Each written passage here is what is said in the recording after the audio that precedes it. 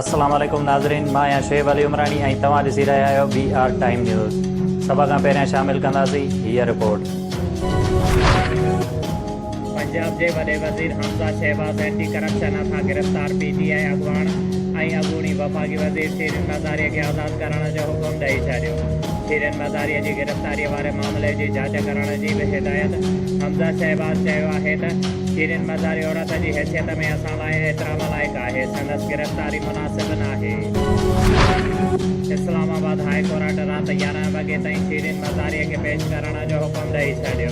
Chief justice अतार मीनारा ईमान मज़ारिया जे दरख़्वास्त ते हुकुम जारी कंदे घरू सेक्रेटरीअ खे शीरिन मज़ारिया खे पेश करण जो हुकुम ॾिनो।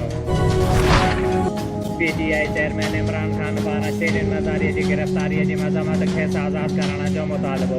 इमरान ख़ान चयो आहे त हुकूमत चूंडुनि खां बचण लाइ अनारकी पैदा करणु चाहे थी। शेख रशीद इमरान ख़ान जी गिरफ़्तारी जो ख़दशो ज़ाहिर कंदे चयो आहे त हुकूमत शीरिन मज़ारिया जी गिरफ़्तारी करे वेढ़ जी शुरूआत कई आहे।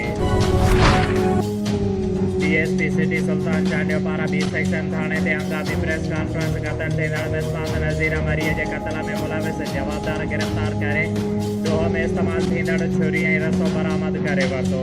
DSP city Sultan Chandio press खे ब्रीफिंग ॾींदे ॿुधायो त B सेक्शन थाणे जे हद में शादीशुदा न्याणी 23 साल मिसबात नज़ीरा ज़ाल रियाज़ हुसैन मरीअ जी हफ़्तो अॻु गुमशुदगीअ जे ख़िलाफ़ संदसि पीउ नियाज़ हुसैन मरी पारां दाख़िल कयल अदालत में दरख़्वास्त ॾींदे चयो त मुंहिंजी धीउ नज़ीरा ऐं संदसि 6 महीननि जो मासूम पुटु शहरबाज़ मरीअ खे घर मां नाहक बंदि करे छॾियो आहे ऐं मिलण न पियो हुजे। शक आहे त मुंहिंजी न्याणीअ खे मारियो न वियो हुजे। जंहिं खां पोइ अदालत पारां SSP शहीद नज़ीराबाद अमीर सऊद मसीह खे लेटर लिखियो त मिसबात नज़ीरा ऐं संदसि पुट खे बाज़ियाब करे अदालत में पेश कयो वञे। SSP नवाब शाह पारां DSP सिटी सुल्तान चांडियो जी सरबराहीअ में SSP SHO women police station sub inspector Mariam Bhutt SHO